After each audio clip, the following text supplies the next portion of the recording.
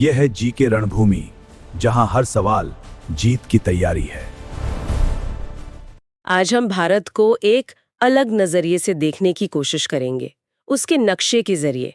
दुनिया के ग्लोब पर भारत कहाँ है, कश्मीर से कन्याकुमारी तक ये कितना लंबा है और गुजरात से अरुणाचल प्रदेश तक कितना चौड़ा। ये सिर्फ स्कूल की किताबों के आंकड़े नहीं हैं।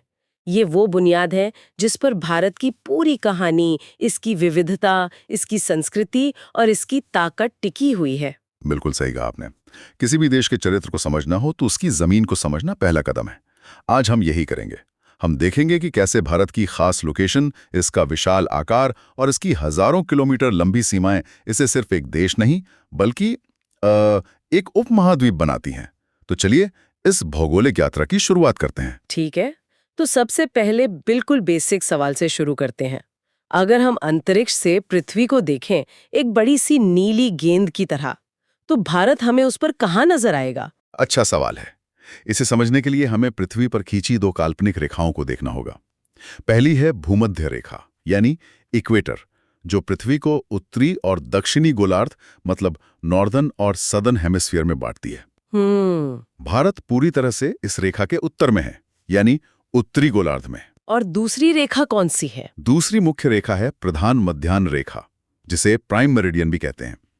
ये पृथ्वी को पूर्वी और पश्चिमी गोलार्ध में बांटती है। भारत इस रेखा के पूर्व में है। तो अगर हम इन दोनों को मिला दें तो भारत की स्थिति बनती है उत्तर पूर्वी गोलार्ध में। अच्छा, लेकिन यहाँ सबसे दिलचस्प बात सिर्फ लोकेशन नहीं बल्कि इसकी सामरिक स्थिति है। सामरिक स्थिति, उससे आपका क्या मतलब है? देखिए, भारत एशिया महाद्वीप के दक्षिण में एक बड़े प्रायद्वीप की तरह हिंद महासागर में फैला हुआ है। दुनिया में कोई और देश ऐसा नहीं है जिसके नाम पर एक पूरे महासागर का नाम हो। हाँ, ये तो है, इंडियन ओशन। जी, ये लोकेशन इसे पूर्व और पश्चिम को जोड़ने वाले सबसे व्यस्त समुद्री व्यापार मार्गों के ठीक बीच में रखती है। सदियों से मसालों के व्यापार से लेकर आज के बड़े बड़े जहाजों तक भारत इस रास्ते का एक अहम पड़ाव रहा है।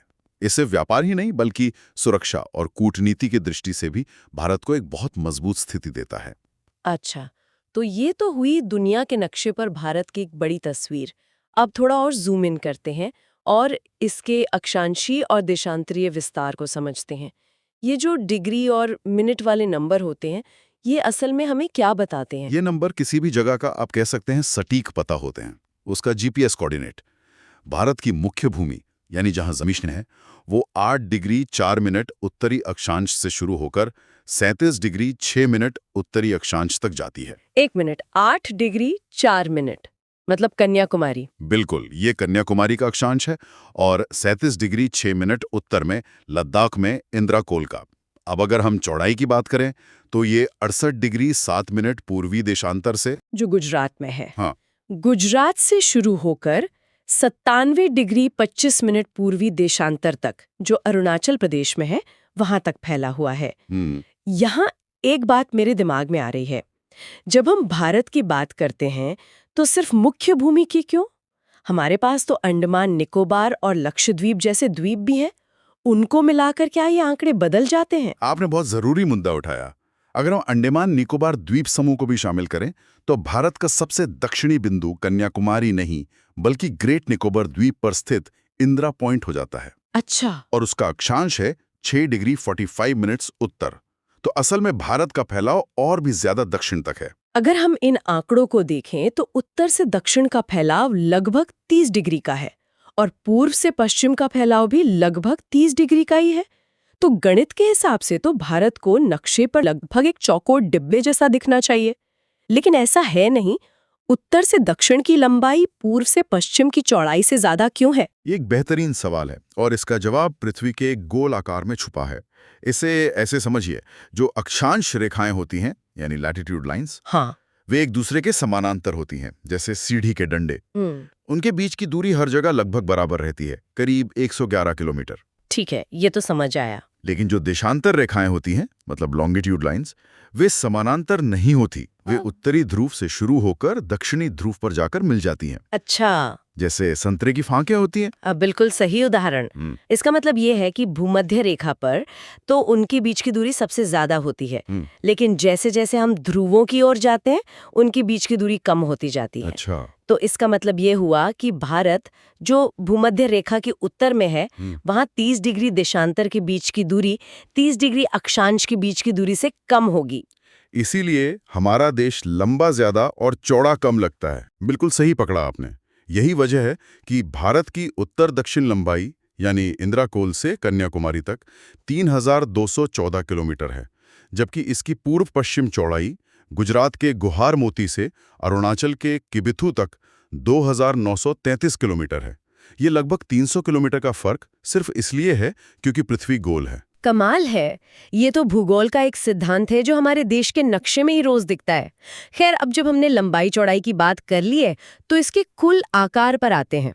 जब हम कहते हैं कि भारत एक विशाल देश है तो इसका मतलब क्या है, खासकर दुनिया के बाकी देशों के मुकाबले? इसका मतलब है कि भारत का कुल क्षेत्रफल 32,87,263 वर्ग किलोमीटर है।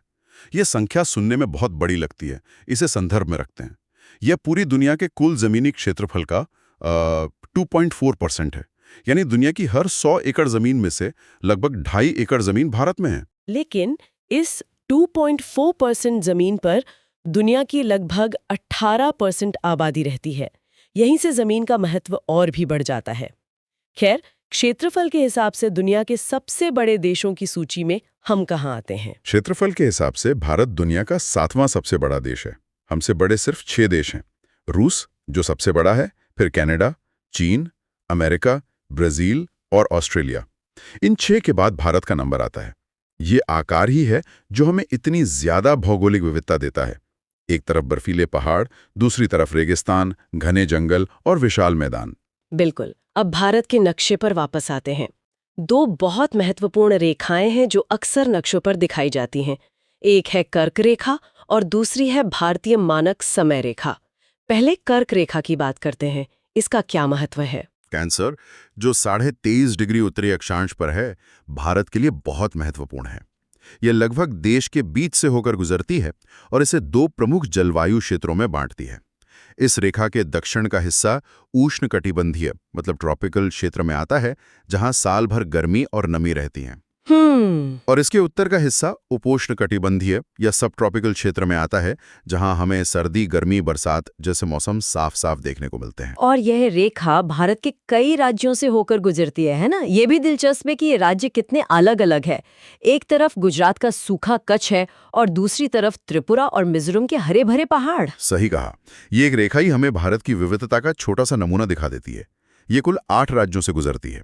अगर हम पश्चिम से पूर्व की ओर चलें तो ये हैं गुजरात, राजस्थान, मध्य प्रदेश, छत्तीसगढ़, झारखंड, पश्चिम बंगाल, त्रिपुरा और मिजोरम। ठीक है, अब दूसरी जरूरी रेखा पर आते हैं, समय वाली रेखा।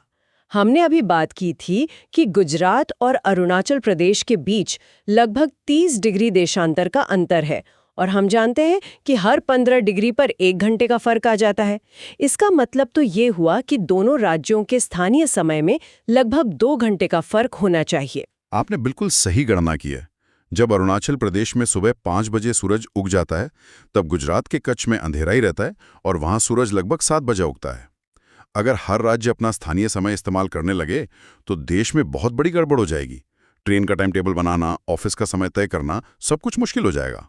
तो इस समस्या को कैसे सुलझाया गया? इसी समस्या को हल करने के लिए एक मानक समय या स्टैंडर्ड टाइम की व्यवस्था की गई है। इसके लिए देश के लगभग बीच से गुजरने वाली एक देशांतर रेखा को चुना गया। ये रेखा है 82.5 डिग्री पूर्वी देशांतर, 82.5 डिग्री। जी। इस रेखा पर जो समय होता है उसे ही पूरे देश की घड़ियां फॉलो करती हैं। इसी को हम भारतीय मानक समय या इंडियन स्टैंडर्ड टाइम IST कहते हैं। और ये रेखा कहाँ से गुजरती है? ये रेखा उत्तर प्रदेश में प्रयागराज के पास मिर्जापुर शहर से होकर गुजरती है। ये कुल 5 राज्यों से जाती है: उत्तर प्रदेश, मध्य प्रदेश, छत्तीसगढ़, ओडिशा और आंध्र प्रदेश। और अगर हम इसे अंतर्राष्ट्रीय समय से देखें तो ये ग्रीनविच मीन टाइम यानी GMT से ठीक 5.5 घंटे आगे हैं। लेकिन 2 घंटे का फर्क तो फिर भी मौजूद है। क्या इससे पूर्वोत्तर के लोगों की जीवन शैली या काम पर कोई असर पड़ता है? क्या वहां कभी एक अलग टाइम जोन की मांग उठी है? हाँ, ये एक बहुत ही व्यवहारिक मुद्दा है और इस पर सालों से बहस चल रही है। पूर्वोत्तर में दिन जल्दी शुरू होता है और जल्दी ढल जाता है, लेकिन ऑफिस और स्कूलों का समय पूरे देश के हिसाब से चलता है। इससे वहां दिन की रोशनी का सही इस्तेमाल नहीं हो पाता और बिजली की खपत भी ज्यादा होती है। इसीलिए वहां एक अलग टाइम जोन की मांग समय समय पर उठती रही है। ये तो बहुत ही दिलचस्प बात है। चलिए अब भारत की सीमाओं की बात करते हैं। जमीन पर और समुद्र में हमारी सरहदें कहाँ तक हैं और कितनी लंबी हैं? पहले जमीनी सीमा से शुरू करते हैं। भारत की कुल स्थलीय सीमा यानी लैंड फ्रंटियर की लंबाई लगभग 15,200 किलोमीटर है। ये बहुत लंबी सीमा है और हम 7 देशों के साथ अपनी जमीन साझा करते हैं। 7 देश? अक्सर लोगों को लगता है कि हमारी सबसे लंबी सीमा चीन या पाकिस्तान के साथ होगी। क्या यह सही है? यही सबसे चौंकाने वाला तथ्य है। हमारी सबसे लंबी जमीनी सीमा बांग्लादेश के साथ है, जो करीब 4,096 किलोमीटर लंबी है। वाकई बांग्लादेश? जी, ये सीमा बहुत जटिल है और कई जगहों पर तो गांव और घर भी बटे हुए हैं। बांग्लादेश के बाद दूसरा नंबर आता है चीन का, फिर पाकिस्तान, उसके बाद नेपाल, फिर म्यांमार, भूटान और सबसे छोटी जमीनी सीमा हम अफगानिस्तान के साथ साझा करते हैं। ये तो हुई जमीन की बात। भारत 3 तरफ से समुद्र से भी घिरा है, जो इसे एक प्रायद्वीप बनाता है। हमारी समुद्री सीमा या तटरेखा कितनी लंबी है? भारत की मुख्य भूमि की तटरेखा की लंबाई 6,100 किलोमीटर है, गुजरात से लेकर पश्चिम बंगाल तक। लेकिन ये पूरी कहानी नहीं है। मतलब इसमें हमारे द्वीप समूह शामिल नहीं है? सही। अगर हम अंडमान निकोबार द्वीप समूह और लक्षद्वीप जैसे द्वीपों की तटरेखा को भी इसमें जोड़ दें, तो भारत की कुल तटीय सीमा 7,516.6 किलोमीटर हो जाती है। ये लंबी तटरेखा हमें व्यापार के लिए बंदरगाह, मछली पकड़ने के लिए विशाल क्षेत्र और हमारी सुरक्षा के लिए एक रणनीतिक गहराई देती है। ये जानना भी रोमांचक होगा कि अगर हम भारत के चारों कोनों पर खड़े हों, तो वो कौन सी जगहें होंगी? भारत के सबसे दूर के बिंदु कौन से हैं? बिल्कुल, ये बिंदु भारत के विशाल विस्तार को असल में महसूस कराते हैं। अगर हम सबसे उत्तर में जाएं, तो वो बिंदु है इंद्राकोल, जो अब लद्दाख के सियाचिन ग्लेशियर क्षेत्र में है। और पश्चिम में, जहां सूरज सबसे आखिर में डूबता है? वो है गुजरात के कच्छ जिले में गोहार मोती नाम की जगह। ये एक छोटा सा गांव है जो भारत के सबसे पश्चिमी छोर पर बसा है। और जहां से दिन की पहली किरण भारत में आती है, यानी सबसे पूर्व में। वो जगह है अरुणाचल प्रदेश में किबिथु। ये चीन की सीमा के पास बसा एक बहुत ही खूबसूरत गांव है। और आखिर में, दक्षिण में, यहाँ तो 2 बिंदु होंगे, एक मुख्य भूमि का और एक पूरे भारत का। एकदम सही। मुख्य भूमि का सबसे दक्षिणी सिरा तमिलनाडु में कन्याकुमारी है। लेकिन अगर हम पूरे भारत की बात करें, तो सबसे दक्षिणी बिंदु ग्रेट निकोबार द्वीप में स्थित इंदिरा पॉइंट है। तो हमने भारत की वैश्विक स्थिति से लेकर उसके कोनों तक की यात्रा कर ली। उसकी विशाल लंबाई चौड़ाई, उसकी जमीनी और समुद्री सीमाएं, ये सब मिलकर एक बहुत बड़ी और जटिल तस्वीर बनाते हैं। सही कहा। भारत का ये विशाल अक्षांशीय और देशांतरीय विस्तार, उत्तर में बर्फीले हिमालय से लेकर दक्षिण में हिंद महासागर की गर्म लहरों तक की भौगोलिक स्थिति, इसे सिर्फ एक देश नहीं बल्कि एक उपमहाद्वीप का दर्जा देती है। यहाँ की जलवायु, मिट्टी, वनस्पति और यहाँ तक की संस्कृति में जो अद्भुत भिन्नता हमें देखने को मिलती है, वो इसी भूगोल की देन है। इसीलिए शायद अक्सर कहा जाता है कि भारत की विविधता में एकता का आधार उसका भूगोल है। बिल्कुल, ये भौगोलिक ढांचा ही है जो इस बेमिसाल विविधता को एक सूत्र में पिरोता है।